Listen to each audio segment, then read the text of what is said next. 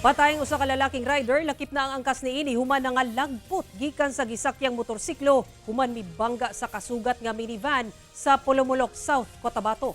Motor sa maong mga biktima nagdila ang gumikan sa impact. Ang detalye sa report ni Efren Mama. Naputuluntiin. Duwa pa yung kabuk. Tapad niining nagdilaab na motorsiklo ang nangalagpot nga mga sakay niini humanabangga sa kasugat nga minivan sa National Highway sa Barangay Magsaysay, Polomolok, South Cotabato, banda 8:20 Domingo sa gabi. Labuhi pa ako, ginawa pa man ako. Ginawa pa man ang isa.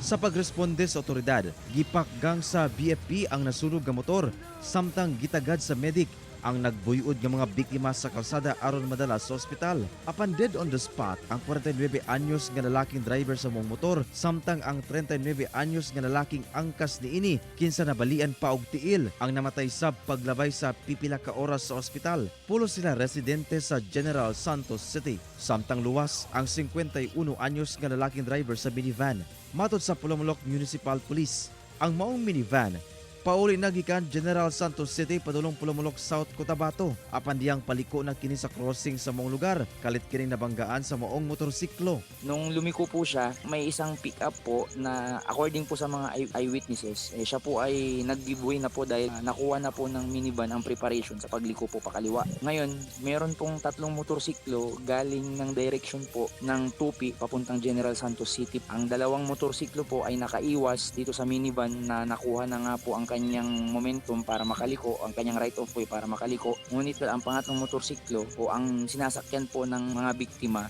ay hindi na po nakaiwas at sila po ay nabangga po ang harapan right front portion po ng minivan. Nag-atubangay na matud pa ang kabanay sa mga namatay nga biktima og driver sa mong minivan alang sa settlement. Ginasulayan pa kini makuhaan og pahayag.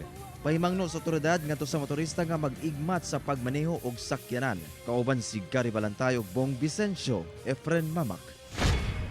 1 Mindanao.